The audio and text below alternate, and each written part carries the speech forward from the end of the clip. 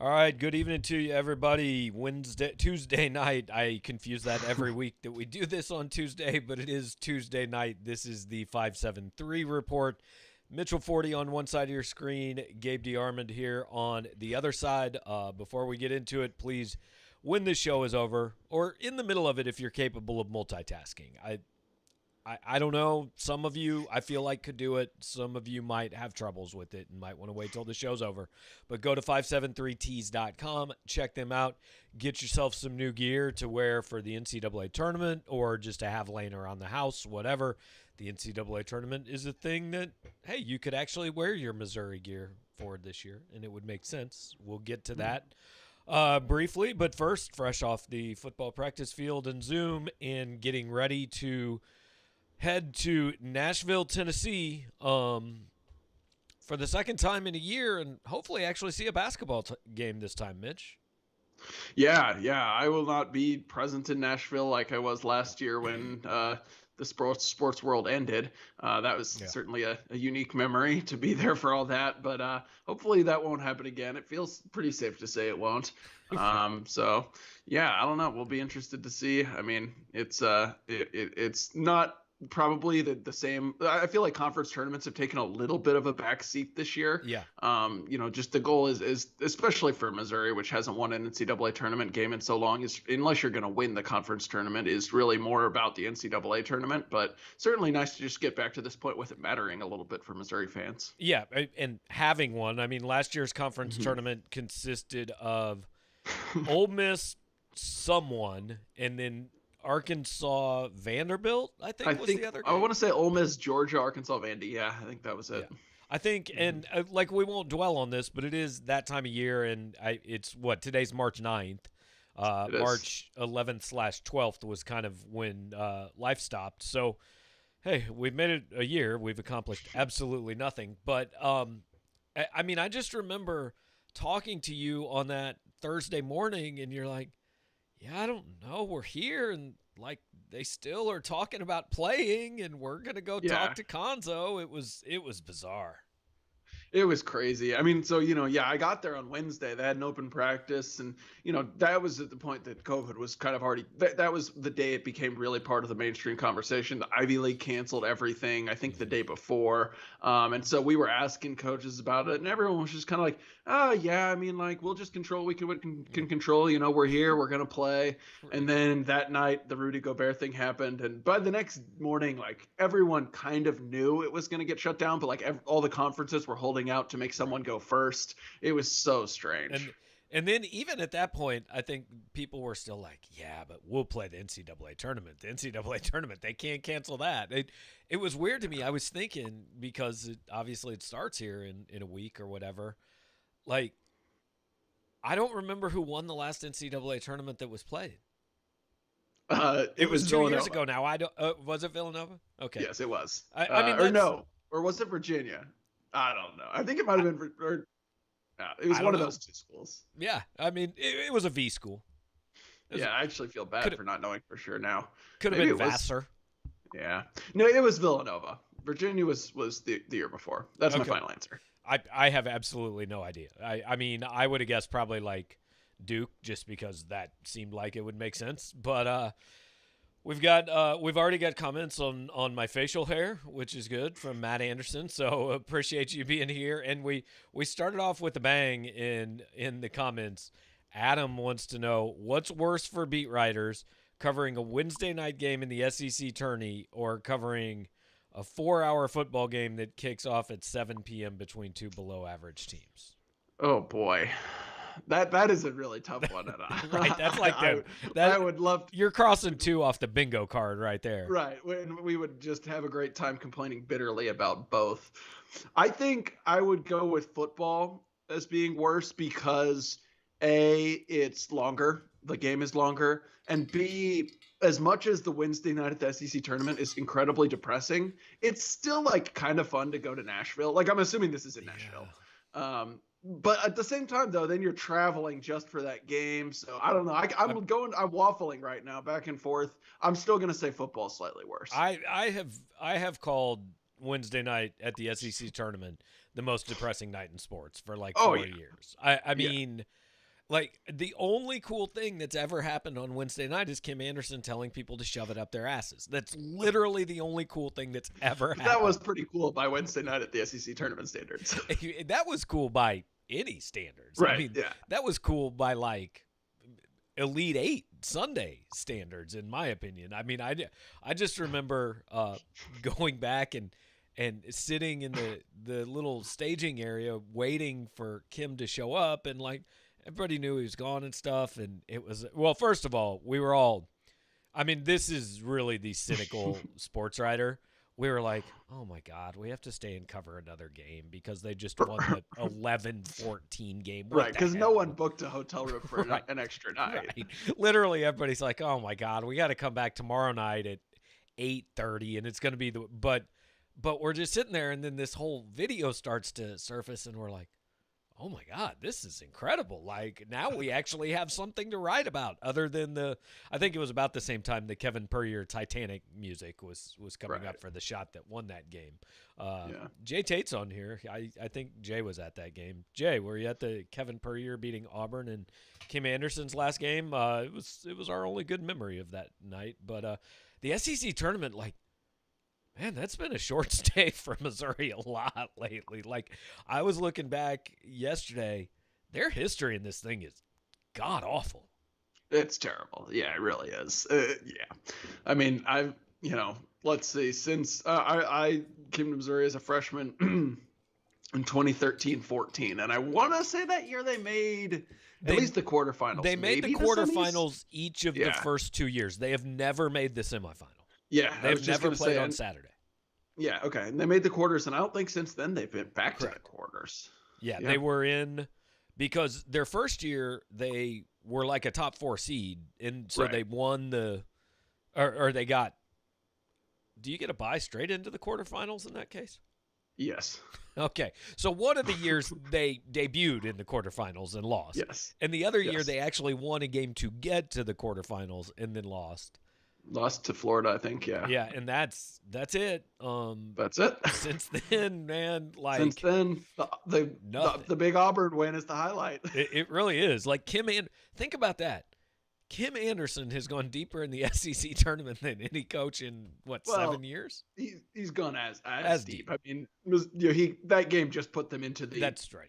the real actual first. They won the round, play-in so. round to play in what they called the second round, which isn't really the second round. Exactly. Yeah. Right. Yeah. So he's gone as far, but no. And I also would say that to answer Adam's question, the more I think about it too, this year covering Wednesday night at the SEC tournament might be worse because it's only that one game. That's terrible. Yeah, like there's nothing even going on in the background to distract you. Right. But then I think the worst SEC tournament game was against Georgia. I mean, because that was 2000, I guess 18 was the tournament, 17-18 season, when it was in St. Louis, and like Missouri was the 5 seed, right? Yeah, I mean, they had kind of the dream season. Michael Porter came back for that game. Everybody was there geared could not up. have been more hype around that game. Yeah, everybody thought, okay, in their home state, the SEC did this for Missouri. Like, there's going to be a run here. And, I mean, first of all, it wasn't just that they lost. It was one of the worst basketball games I've ever seen. I mean, they were dreadful that whole day. And then, like, we didn't even have to get one-night hotel for that. We were just back to Columbia that night. Yeah, that was probably the most disappointing SEC tournament. Yeah, I would say for sure. So did they beat? I mean, they're gonna beat Georgia, right? I mean, I guess I don't know, dude. Like, this team is so ridiculously. I mean, they're really. I don't want to say they're not that inconsistent by college basketball standards, but they play wildly fluctuating level of game. I mean, like, I would not be surprised. Like, I'd be a little surprised, but I would not be shocked at all if they either lost to Georgia or made the Sweet 16. Right. Like, and I know those two things are not mutually exclusive. They could lose to Georgia and still make the Sweet 16. But, like, nothing really from this point on, barring like a Final Four run, would like shock me. Well, because I expect Georgia to be the worst game Missouri plays the rest of the year because they only play poorly against bad teams. Like, yeah. they play really well. Even when they lose, they generally play pretty well against the good teams. They save up their crap for the worst opponents on the schedule. It's such a bizarre team. I'm not sure how to figure it out. It is. My theory I've been working on lately is that Missouri, I don't think is just, I mean, they're just not exceptionally talented. I would say they're extremely average talent level in the SEC. And early in the year, they were, playing together and experienced and all that, and that was helpful. And since then, they've played their best in the games that they have really gotten up for. In the games that are, really there's a motivation factor. Revenge against Tennessee, Alabama in that statement game, Florida after a little while off, in kind of almost a must-win type game. I thought those games they just played harder. And but the problem with that is you can't, it's just impossible to have that level of, motivation every minute of every game. And so then sometimes you just get games where they, things don't go their way and they lose to a bad team. Thought the revenge factor really helped him the second time against Ole Miss. That one went well. It didn't work out there. I mean, but they just didn't. I mean, they didn't play. I don't know. They didn't look very inspired in that game. So, I don't know. That's my theory. Maybe it's not very good. It's as good as we've got. So we've already discussed my facial hair. Now David Newman wants to know why you don't sound like your dad at all. I'll be honest. I've had lots of people tell me we sound a lot alike. So there you go. Maybe I don't know. Maybe my microphone system is poor or something. But I've had some people in real life tell me that we sound similar. So okay, I don't know. All right. That's all I have to say. Best Mizzou Conference tournament memories. I'm going to assume, Mitch, that you don't have a ton of really good ones. No, I mean, I know like they beating won, South Carolina in the opening round. Yeah, I know they won the Big 12 tournament, like in my memory. Like I wasn't really paying very much attention to Missouri at that point, but I do remember that happening. So that would have been the year before you got to school, right? Yeah, 2 years before. 2 years, okay. Yeah, they won, 11, beat Baylor. I remember. Yeah, I watched that game, so I guess that's it by default. I mean, I was at that game, and that was a pretty fun game to be at because it almost. I mean, it was never close. Like nobody came close to them in that tournament, and actually, that was. You thought it was going to be Missouri and Kansas for the third round in the final, and then Kansas actually got beat by Baylor the night before, and no Missouri fans were upset about that. I mean. Kind of Missouri fans said we want Kansas, but really they were like, no, it's cool that Baylor beat them, But it was just the whole that was the whole Kim English, and the arena breaking into the SEC chant. That was kind of a cool thing to be at. I'd have to say that was it. I actually went a few times when I was in high school. I went to the Big 8 tournament at Kemper Arena, and that was really cool. What was really weird about it was that as soon as Iowa State would lose, like all kinds of tickets became available because I think more Iowa State fans went to that thing than Missouri and Kansas fans. It was like it was the biggest event. And look, I don't mean to disparage the fine city of Ames, but maybe I guess I understand why it was the big event for all the Iowa State fans of the year. But they always showed up, man. That was back before their football team was making a bowl game every year, so they couldn't count on that trip to go drink that town dry, so they would do it at KC instead. They would just show up at KC and take all our Busch Light. Thank God. Do that again. In fact, just come down to Columbia and take all the Busch Light out of Columbia and leave the good beer for us. So that's good. By the way, we're being reminded that the last national title game was Virginia over Texas Tech. Yeah, all right. I was close. I knew it was one of the V schools. And Auburn apparently was in the last Final Four that was played. I don't know where I was, but I remember barely watching that Final Four. Like, I don't know what I was doing, but I barely paid attention to that. Well, we watched that championship game together. Did we watch the title game? Texas Tech one. Yeah, at Shiloh. Boy, I have no memory of that. Maybe I had some Busch Light. Probably some Tank 7. The Saturday games, I'm positive I didn't pay attention to. I was the Virginia Auburn one was good. I remember Auburn kind of choked it away. I think Kyle Kai got fouled at the last second. You're going to drive Pocket Watch away from our chat here. He's one of our most loyal viewers, and he's going to get angry. Well, I don't want to do that and leave. Sorry. Sorry. Clearly Auburn probably got screwed by the officials in that game, is what Mitch meant to say. Right, obviously. So, So I don't know. You look at this SEC bracket, like what what jumps out to you? I mean, because I could see Missouri beating Arkansas. Like, there's no team that I look at and say, yeah, I'm pretty confident that team's making the semifinals. Like, even I think Alabama will beat Kentucky, but you could see Kentucky on the right day winning that game. Oh, 100%. Yeah. I mean, yeah, already touched on Missouri. Nothing would really surprise me. No outcome. Excuse me. Yeah, I mean, I think Alabama is, obviously the best team and, had success against every conference opponent it played this season at some point, other than, I mean, the Missouri was the only one they didn't beat. So, Right. but they have a tough draw. Kentucky is going to be desperate and absolutely has the talent to make a run.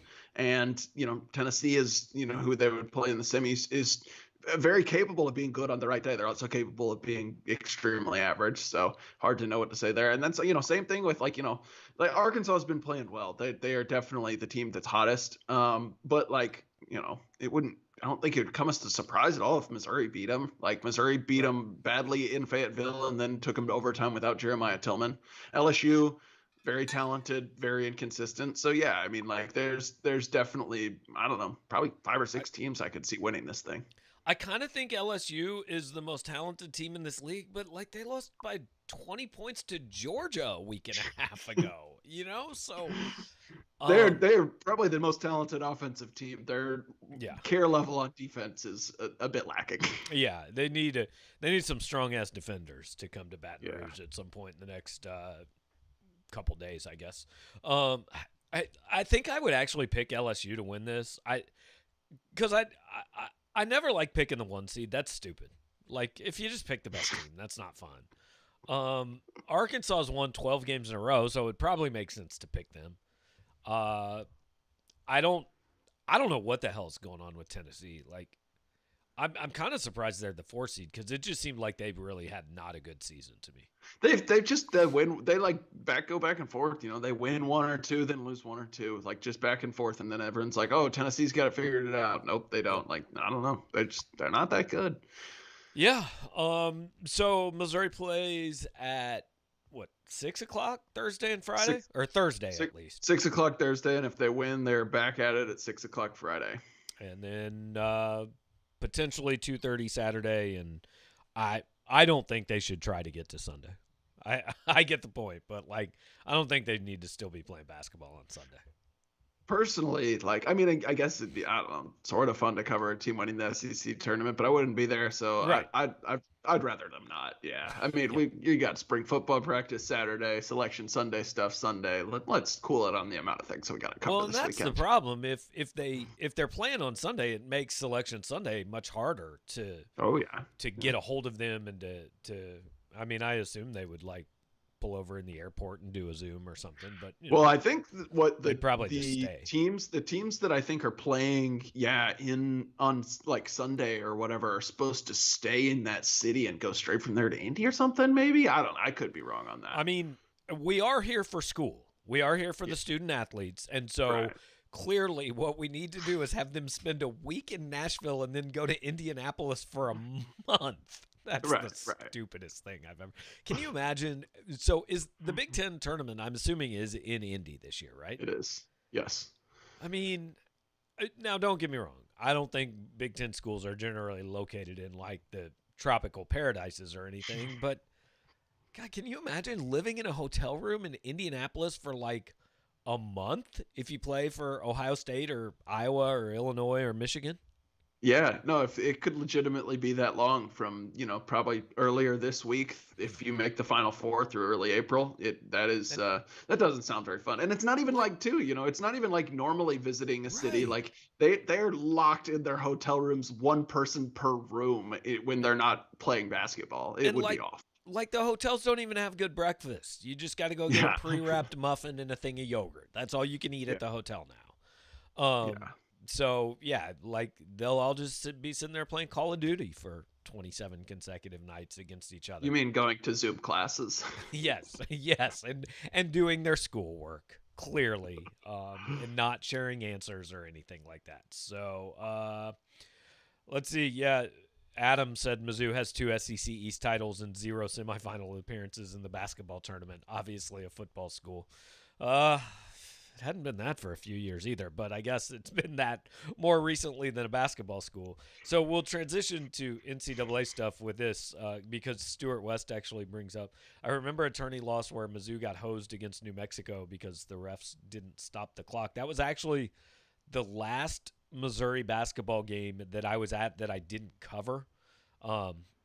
They played New Mexico with Kenny Thomas in Denver. And so I lived out in South Dakota, so I drove down. My dad was covering the game, so I drove down to meet my parents. And I was watching it, and he's right. So Kenny Thomas hits this baseline jumper to put New Mexico up 1 or 2 points, whatever, with like 5 seconds left. And the clock just never stopped. It just kept running as Missouri inbounded and missed like a half-court heave. And my theory was Norm was like, I'm about done, man. I'm old. I don't really have the energy to fight this. It's fine. I don't really care. It's an 8-9 game. We're not all that good. But I remember being fairly irritated at the officials in that game, but nobody else seemed to care, so I moved on pretty quickly. Yeah, I mean, like, I don't know. I would personally be okay with that happening every now and again if we could have games that don't take 57 minutes to play the last 1 minute on the clock. Oh, can you imagine how long the review would last for that situation now? I mean, it would like go into the entire next game. Yeah, potentially 3 hours. Yeah. Just breaking down how much time was left on the clock. So, look, Missouri's going to Nashville. They know they're in. I think we always overestimate what conference tournament week actually can do to your seed. Like, we're going into this going, well, they're a 7 now, but if they lose, they're an 8. But if they win, they're a 6. And if they win 2, they could be a 5. You're not moving a seed line on every game. No way. Yeah, I 100% agree. Like, they're especially like, I mean, games like Georgia and even Arkansas, like, those are not massive needle movers. There are bubble teams in other leagues that are, I don't know what the Big Ten bracket is exactly, but say like, I don't know, Maryland or some team on the bubble gets a shot to play Michigan, who's, a number 1 seed. Like that's a seed mover in a game by itself, but playing games against Georgia and even Arkansas I think probably aren't. Yes, if Missouri makes a run, I could see them obviously, if they make it to the league title, to the conference title game, that maybe boosts their seed up a line. Certainly if they win it, that would definitely, you would think, boost it up a line. But other than that, especially also because we don't know where they stand right now, obviously, so it's kind of hard to say. I mean, I would think they're like a 6.5 seed to me right now. They could be a 6, but if they lose to Georgia, they're probably not a 6. And even if they beat Georgia, I'm not sure they're a 6. They're in that 6 to 7 range. Agreed. Yeah, no, I think so too. And, part of that obviously is like these things are a little flexible based off of, the matchups and everything. Like, right. They could be slotted to be a 6 on the S curve and end up being a 7 because of whatever regional configurations and matchups and all that. So I don't think it's going to come down to this Georgia game impacts them on a seed line one way or the other. Yeah. I mean, I guess if you lose to Georgia and you look bad doing it and a bunch of other teams right around you win, I guess I could see them slide into an 8, but I think you'd have to look pretty bad doing it. Yeah, for sure. But yeah, that's really assuming they're at the 6 or 7 range we think right now, which, like, who knows? Right, that's true. They could just be an 8 on Sunday, and it's like, yeah, they're not an 8 because they lost to Georgia. They just were an 8. That's what right. The committee thought of them. And, like, we never know what the committee's thinking, but I think we know it even less this year. Right. Because, I mean, like, what's the most games anybody's played? Probably, like, 25 games in the country? Right, and then there's teams that have played like 13. So yeah, it's are there it's really? A total mess. Well, I'm not Texas A&M. Texas A&M doesn't count. They did not. No, play I know any they don't games count, but like I don't know, like there are definitely a few teams in the A10 that have played like 15 games or fewer. I guess that is certain. SLU was and off. I mean, if we're talking about even smaller conferences, I think Iona has played like 9 games, and like a couple other teams in the MAAC, like Canisius and 1 or 2 more, have played like 12, 11 games. But obviously, they're not in the conversation for an at-large bid. But still, I haven't thought about Canisius in quite some time. No, Is that where Cassius Robertson came from, or did it just seem like he should have? It's where Cassius Robertson came from. I actually have a friend of mine, his brother's an assistant coach at Canisius, so I try to keep up with the Golden Griffins. Yeah. How are they doing this year? Not good. They actually just got knocked out of their conference tournament last night. Uh, They also only played like 11 games. I'm serious. Like, that which wasn't an exaggeration. which conference is that? The MAAC, the Metro Atlantic. Oh, yeah. I, I don't I don't have anything else to say about that conference. Same, So. same one as Iona, Right. St. Peter's. Let's think Quinnipiac. There's some other. I like Quinnipiac. I always felt like Quinn Snyder should have coached there. Yeah, for sure. He should have cut his teeth at Quinnipiac and then come to Missouri. That would have been more solid. So, all right, we've got predictions that Missouri is making the semifinals this year. Here's what I like: no matter how bad your season was, on Tuesday of conference tournament week, every fan in America thinks their team. Like, there are Texas A&M fans, right? I mean, they're actually more fired up about football. But if there's a Texas A&M basketball fan, he is sitting there tonight going, you know what? We're pretty fresh. Like, we didn't play very many games. All these other dudes, they're wore out, man. We're going to go win 5 games in 5 days, and we're going dancing. 100%. It's the beauty of college basketball. I mean, everyone legitimately has a path to the national title, or just about everyone. So it's wild that it can be so diametrically opposite to college football. But yeah, I mean, like that year, we were talking about the Missouri win over Auburn. I mean, it definitely, it entered my mind. You were convinced, huh? Kim Anderson revenge tour. Who says they can't? How amazing would that have been that Kim wins like 9 games all year and then wins 5 in 5 days and makes the NCAA tournament? And they're like, yeah, but bro, you're still fired. Like, yeah, they would have. That would have been amazing because I would have been. I think they would have had to still be like, yeah, we can't keep you. Like, right. Sorry. At least they would have if they were smart. Yeah. No, he 100% would still have been not the coach. Like, he could have won the national title, and he shouldn't have still been the coach. I mean, that would have taken 5 in the. So if he had won the SEC tournament and the NCAA tournament, that would have been 11 wins. He never won that many games in a whole season. Yeah, like playing some, I mean, not incredibly tough schedules either. So, well, don't discount Eastern Illinois Taco Night. I mean, absolutely that's a tough draw when you get Eastern Illinois fueled by whatever we decided that place was called, Luis Castillo's or whatever. Right. So this is going to be kind of a weird NCAA tournament. It's on different days, and I'm not used to that. But it's all just in the same place with, like, not very many fans. It's going to be weird, I think. It's going to be a little weird, but I also think, like, it's just going to be so welcome because it really was the single thing I missed the most last year. Because we got the gear up in, like, got into conference tournaments, got some of the auto bids handed out, and it's so much fun, to have those that first weekend, particularly 4 days of wall-to-wall hoops. So to not have that, I think I'll be very excited for it. Yeah. Obviously, it's cool also to be covering a team that's actually a factor in the tournament this year. So it'll be a little different. But I actually think I kind of like the schedule better, going Friday to Monday. So I don't know.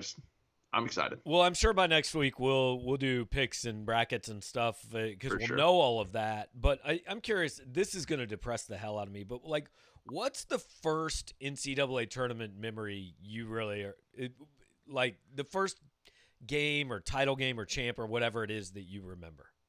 You'll be impressed, I think, because I mean, just college basketball is very big. First of all, it's clearly after 2000, which is going to piss me off. But go ahead. Yeah, it's right around there. I can't remember exactly the year, but whenever Duke had Shane Battier, that may have even been 99, 2000, somewhere right around there. 99. I remember Shane Battier in college, 100%. Dude, you were like 3. I was like 4. Yeah. Okay. I've always loved college basketball. I filled out a bracket with my dad starting literally when I was like 3. Like the Courier Journal would have, the newspaper he worked for had a big giant printout bracket, and we would all put our picks on the same bracket every year. So it was great. Okay. So I'm trying to think. He graduated. Shane Battier graduated from Duke in. Hang on. I got to go to Wikipedia. They know everything. He was drafted in the 2001 draft. So I guess that would have been 2001 NCAA tournament. Yeah, maybe it was. So that's, I mean, okay, you were 5. Yeah, that's not as bad. But I definitely remember 2002 because I was Maryland and Indiana, and I couldn't figure out Oh yeah. Terrapins, Maryland's mascot, so I called them the Troubles. I like that. I like that. Yeah. I thought you were gonna go turtles personally, but No, I don't know why. Yeah, Troubles. I had a T-shirt from that Final Four. So yeah. so the NCAA tournament when I was 5 was won on a game-winning shot by one Michael Jordan. Wow. Yeah, I Do don't you remember remember that? it. Uh, Okay. Yeah. the first one I remember actually was '84, was the Georgetown Villanova game. Nice. Yeah, So that's a famous one. yeah, I remember that, and then 2 years later was Purvis Ellison, who I think was the last Louisville player I actually liked. So Yeah. th- th- You can't have disliked Russ Smith that much. He was very likable. I just well, I didn't like dislike him, but I didn't actively like him. Because I really liked they were playing Kansas, so I really wanted them to win. But also then they were like, as I got older, I understood they were always good. So I just hated teams that were always. I hated all the teams that were always good. You know, That's fair. Yeah, Yeah. it really kind of makes watching the NCAA Final Four difficult because like they generally are all pretty good. So Yeah. yeah. I think my favorite. I don't know. Well, my favorite NCAA tournament is clearly Ali Farouk-Manesh. He's my favorite player in basketball history. That was incredible. I also like the Bryce Drew one and Harold the Show Arsenault. I remember watching both those live. Yeah, and I don't know if I can even narrow down favorite NCAA tournament memories. I mean, like Louisville's run in 2013 was cool, even though it didn't happen technically, because it was my senior year of high school.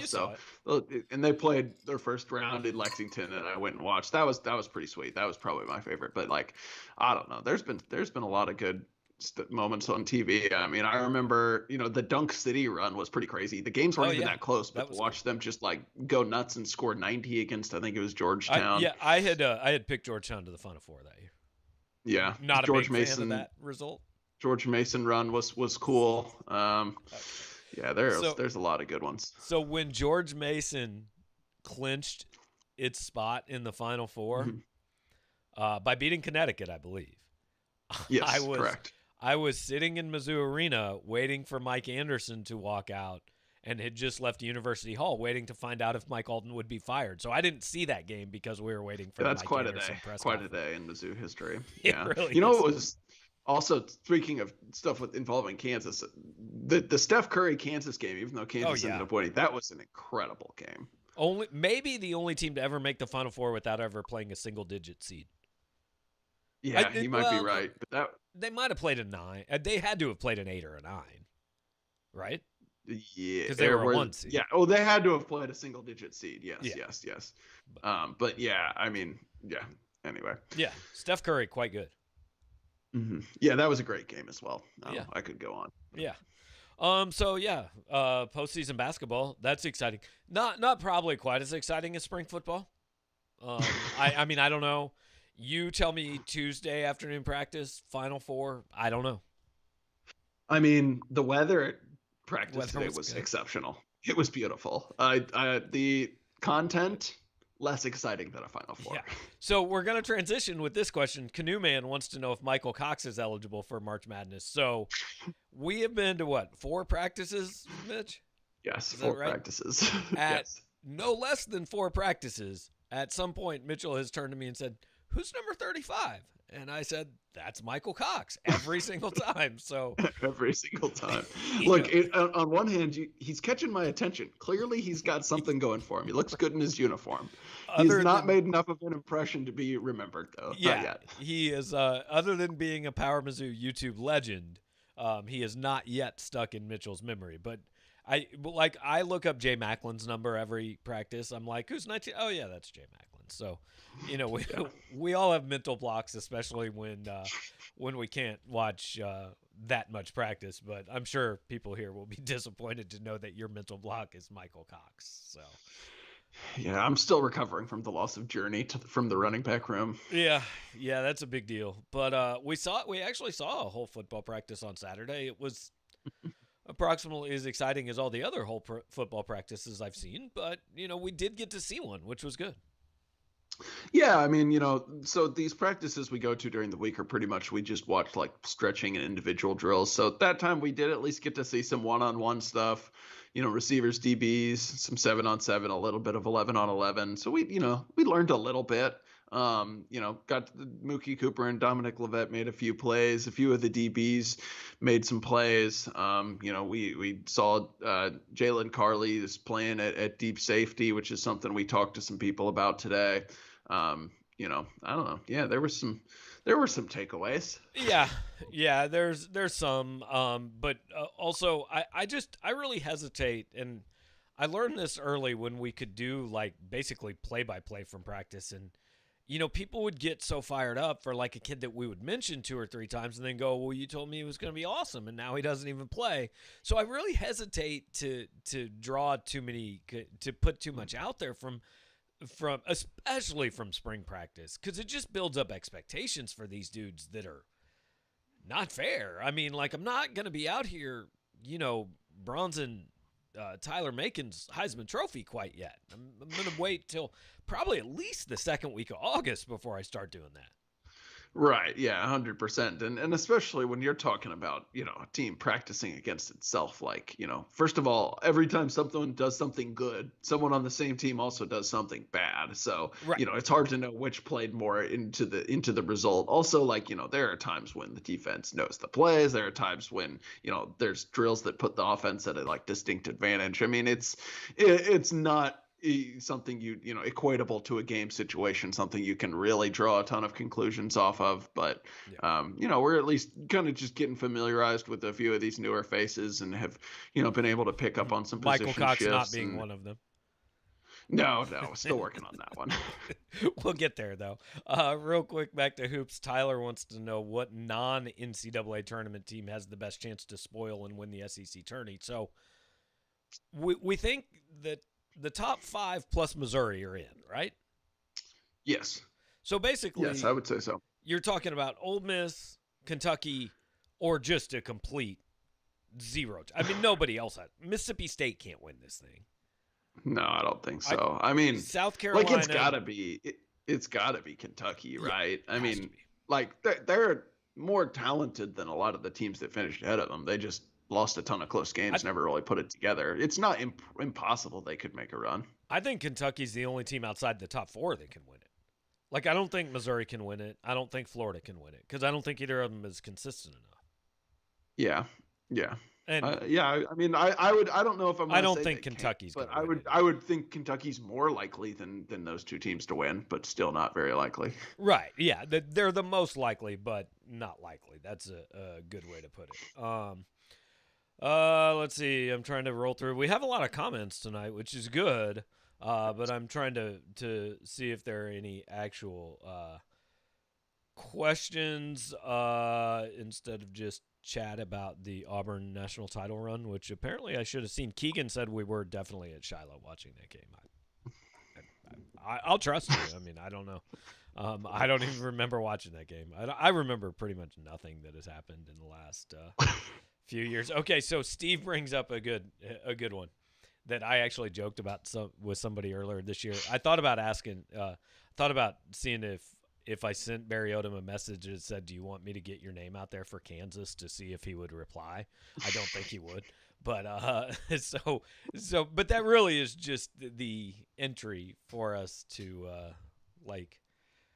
I mean, look, everybody watching this show wants us to make fun of Kansas. I mean, it's pretty easy at this point, but like, what a train wreck. Also, why is Kansas the one that seems to have made the first move here, and LSU, like, I don't know, LSU, some dude got suspended for 30 days. Yeah, I mean, I think part of it is because, like, just about everyone's gone from LSU, which obviously, like, doesn't make it okay at all, but it's harder, it's harder to, like, punish people when right. Everyone's kind of gone. I don't know. I mean, like, Kansas, first of all, the two things. First of all, like, kind of a win for them. I mean, Les Miles was 100%. not doing a good job and was, I mean, they were his days there were limited. Now, easy way out. You probably, I don't know if they'll get away with not paying him completely, but I would think at a worst they'll settle for less than his buyout would have been. So that's, it's actually probably a good thing for their football program. But also, man, like what a disaster of a hire. That and like, who didn't think it was like, what about a guy that, yeah, he didn't win quite enough at LSU with 4 and 5 star talent, but he probably going to get it done in Lawrence, Kansas. Right. I mean, yeah, and he recruited great at LSU too. It wasn't like, he got all the talent at his disposal. Yeah, and 100%. It was just a name. It was a total, name recognition hire, and it worked out, I mean, about as well as expected. Right. I saw a thread on our board the other day. It said, did Mack Rhoades ever do anything good at Missouri? Here's the best thing Mack Rhoades did. I was in a room where Les Miles' name was brought up to Mack Rhoades about that during that coaching search, and he I don't think he laughed, but I think he wanted to laugh. Like, he wanted no part of Les Miles being the head football coach here, so he did that well. I don't know. We all had Les as being weird and quirky. I'm not sure we all had him as being creepy, but things happen. My hot take here is that Mack Rhoades' time at Mizzou didn't go very well, and he did not leave on good terms, but he's actually like a pretty good athletic director. He really is. I mean, he was good at Houston, and he's good at Baylor. And, it's kind of like Michael Porter. He's good at Tolton. He's good with the Nuggets. Not so good in Columbia. So sorry about that, folks. But, no, I don't think Jeff Long should be fired for this. I mean, if you want to fire Jeff Long because Kansas kind of sucks at most things, that's cool. Fire him for that.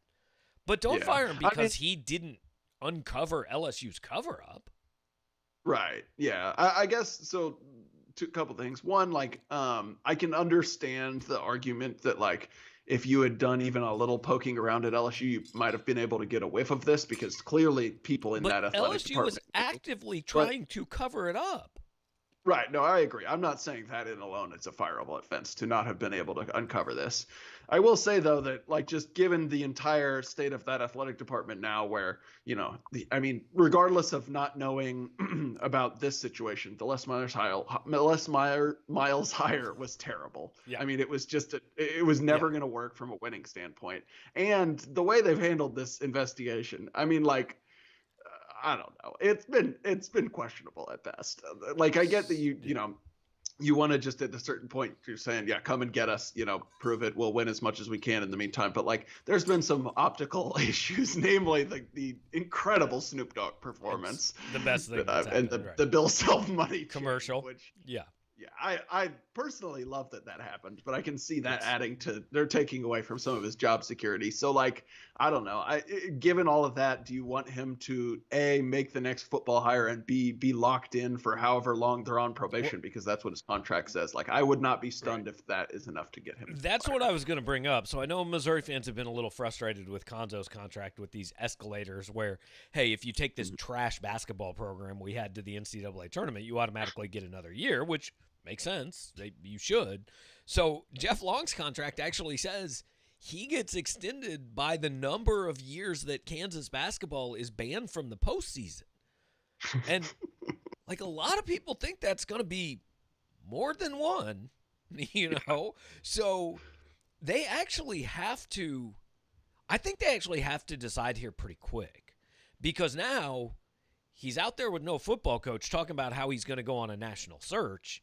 And if you don't want him to go on that national search, you just go, no, Jeff, no, you're good. And oh, by the way, now there is no danger that we have to give you a 5-year contract extension and you have to hire a coach to replace Bill Self, who just took the job in San Antonio. Right, exactly. Yeah, I think. Yeah, not tough. Saying that he's gonna get fired because he didn't figure out the Les Miles cover-up deal, but I am saying that I would not be surprised if it happens because of just the culmination of circumstances there. And now for all the people who are saying, well, so they can fire Les Miles, but the basketball stuff, nothing's happened with the basketball stuff. The NCAA, that's not. I mean, I don't think Kansas is calling the NCAA saying, "Hey, could you speed up? Like, could we get this done?" But and I think it might have been on this show we talked about it last week. I don't know. I've done a few, but like, I think it would be really cool though if the NCAA just did show up at the tournament in Indianapolis and be like, "Oh, Kansas, sorry, we just decided you cannot play. We've already got the alternate teams here. You're in. Belmont in, Kansas out. That'd be cool on like Thursday. That'd be night. great. It'd be fine with me. Yeah. Unfortunately, like who knows? I mean, like truly, like by this time next year, is it going to be wrapped up? Like no one knows. I mean, at this point, like there's truly no telling how long it's going to last. It's ridiculous. Right. And like that was on center stage in Columbia. I mean. Mm-hmm. So, two things. You were at the game, so you didn't watch the TV broadcast. And I understand it's the SEC network, but I don't know how you can watch LSU play basketball for 2 hours and 15 minutes and just pretend everything's just normal. Like, You're right. You don't even talk about it, right? I mean, Javonte Smart was on that court. It's kind of a natural segue to bring that up. And the other thing, and I will defend Konzo on this front, like, if you watch that game and you think that's two coaches playing on a level field, then I don't know what to tell you. Yeah, 100%. It's mind blowing to me, and like I get that basketball is it's just kind of a disaster. It's a cesspool and all that. Like there's a lot of stuff that needs to be cleaned up, but it's incredible to me that 2 calendar years after that wiretap came out, not only is Will Wade still at LSU, but Javonte Smart's still there. It's unbelievable to me. He's played every game. I don't think he was ever even suspended. It's unbelievable, and he also looks like he's aged about 50 years in that time. By the way, yeah, he looks old. Get that man some Rogaine. But anyway, like, yeah, I mean, my biggest takeaway, honestly, from that game was just like, how is LSU not better? Because they've got some dudes that can score. I mean, Cam Thomas, those were some grown man shots. Trendon Watford's a matchup nightmare, and like, Missouri was answering those shots with Torrance Watson and Drew Buggs. Like, Missouri really did not have much business winning that game. I get that, you're in it. You would like to see the execution better down the stretch, but the LSU was by far the more talented team. And, there are legitimate complaints about Konzo's recruiting, but in this one-on-one comparison, I mean, like, clearly there were some lines blurred for LSU to get that team. Blurred. I think you mispronounced obliterated, but yes. Yeah. So I don't know. Eventually things are going to happen. Like, one of two things is going to happen. Either we're going to get to the end of this and all these people who are saying, "See, I told you nothing would ever happen." I mean, if they're right, like, A, it's the end of me caring about this sport at all. But B, also, they are never going to let anybody hear the end of it about how right they were. Or we're going to get to the end of this thing and, like, Arizona's going to be inconsequential as a program. Kansas is going to be inconsequential as a program. It's going to be, and I think some of these other programs who maybe haven't specifically been named are going to maybe be a little more careful and change the way they go about things, if it goes that way. I mean, that's obviously the hope, is that, like, enough happens to change the way things have been happening. We'll see if we get to that point. I mean, like, the biggest thing that can come from this is if coaches lose their jobs, because that's what makes, like Kansas. I mean, Kansas has always been good, right? And they have a great history hiring coaches, but the biggest, issue for them, the biggest thing that can hurt their programs if they have to lose Bill Self, because it's, the odds of replacing him with another Hall of Fame level coach are not great, even though Kansas has been fantastic hiring coaches. Twice, actually. Yeah. Yeah. But like, Arizona after Sean Miller, like, I don't know, like maybe they'll find someone, like, a better example, like Auburn and LSU, like if they're losing Will Wade and Bruce Pearl, like there's a very good chance that those schools just go back to not knowing they have a basketball team. Right. Okay, so we're jumping around, but Steve wants to know, in football, are the DNs looking good? Well, I mean, first of all, we haven't seen really much of. We saw a few plays where technically we could have seen if they were getting pressure, but most of what we see in practice is not a situation where we can tell you that. But I think, I mean, the best one hasn't practiced, right? I mean, Trajan Jeffcoat, right. and that's why I think it's hard. it would be hard even if we were seeing 11 on 11 every day to assess this defense. No Trajan Jeffcoat, no Jatorian Hansford, no Travion Ford. Now I know we don't expect him to be a starter, but he's a guy that you could theoretically see being in the rotation. I mean, it's just I don't think you.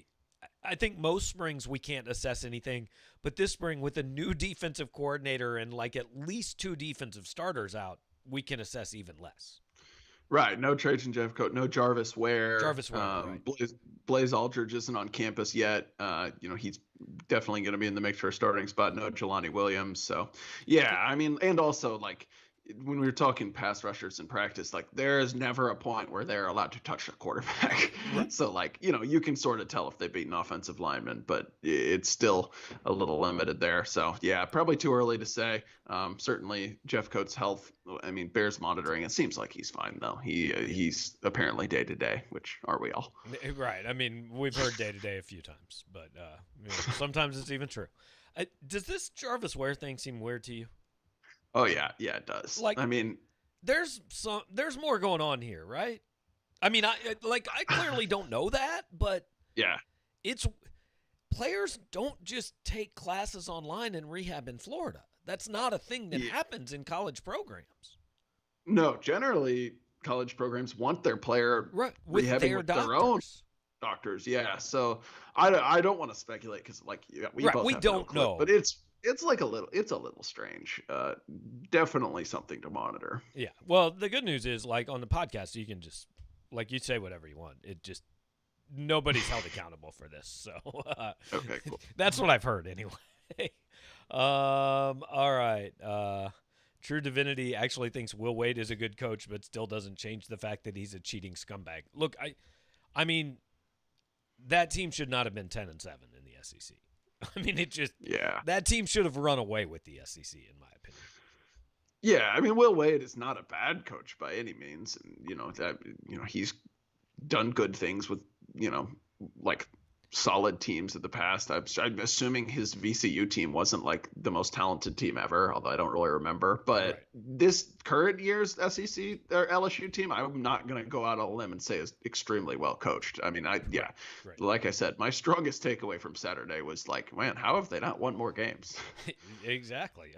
Tony says, one thing I've noticed at Drinkwitz's pressers is he's way more comfortable speaking with the media and actually joking with you people. Let's watch the you people talk here, Tony. But yes, I mean, he is. He's breaking. Actually, got a personality. I'm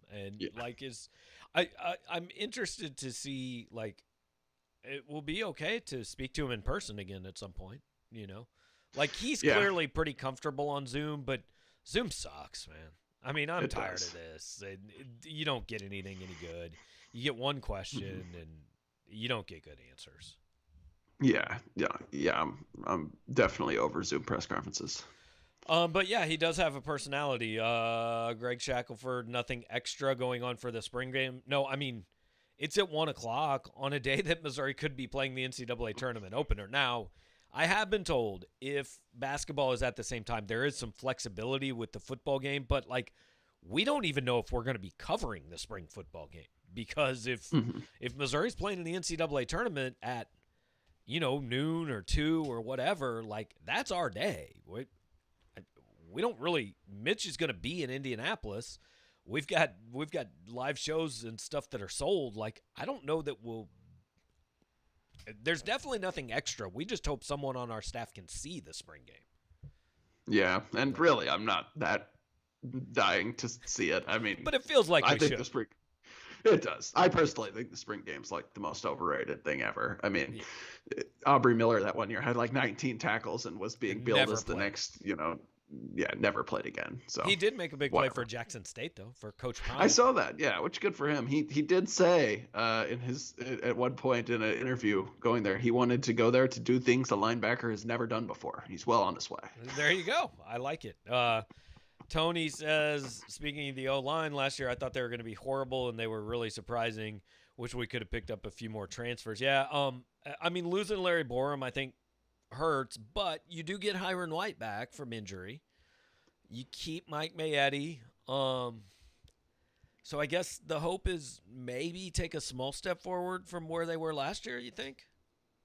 Yeah, I think that's the hope. I think the interior of the line should be pretty solid. I mean, you've got Mayetti, you've got Case Cook, and you've got several other guards that seem to have some ability. Xavier Delgado played a lot last year. Luke Griffin looked pretty good last year. EJ Doma Ogar from Oklahoma's pretty highly billed transfer, but Mm-hmm. tackle is definitely the question mark, and that is still a position where I wouldn't be stunned if they can find someone Transfer. if they bring in a transfer. Yeah. You've got Hiram White back, but like he hasn't played a ton, and he was out for a full year. You've got Zeke Powell back, a little up and down last season. You've got Bobby Lawrence and Javon Foster. They've been around, but neither has done a whole lot. So I think that is definitely the question mark. We will see. I mean, although I should also mention they did bring in Gooch. Right. Yes. Yes. I don't even remember I his expect first him name to make anymore. an immediate impact only because he's Gooch. Jamarion, is it? Yes, that's it. That's it. Well, I mean, you just I think gave this show a new motto, Mitch. We've been around a while. We haven't really done much, but we have been around a while. So we've been here for an hour. So we didn't really do much, but I appreciate you guys following along and joining us. The next time we do this, we're going to have an NCAA tournament bracket to talk about, and we think it's going to include Missouri. I mean, I think it would be relatively stunning if it didn't, right? It would be one of the bigger snubs in tournament history. I would think so. I mean, at least compared to the bracketology projections, yeah, to have a team being thought of as a 6 or 7 to go from out, that would be surprising. That would take a hell of a collapse in the SEC tournament. I don't think. I think Georgia is respected more than that, even if Georgia wins. I don't think Missouri's dropping out. So we'll have that to talk about next week. There's another weather permitting open spring practice on Saturday. If that happens, there may be some more recruits who just happen to wander by, as there were last weekend. So we'll have all that stuff. We'll be back. We don't know what night next week because it all kind of depends on when Missouri is playing in where they are playing in Indiana and when Mitchell leaves for that and all that. So it will be either Tuesday or Wednesday. I will be here with my fancy background, and I don't know, Mitch might be in an Indianapolis hotel room playing Call of Duty against the other beat writers. That seems unlikely. The Indianapolis hotel room part, yes. Call of Duty, probably not. All right. Well, thanks for watching, guys. Mitch, we'll talk to you, I don't know, probably before next week, but I don't know, maybe not. Sounds good.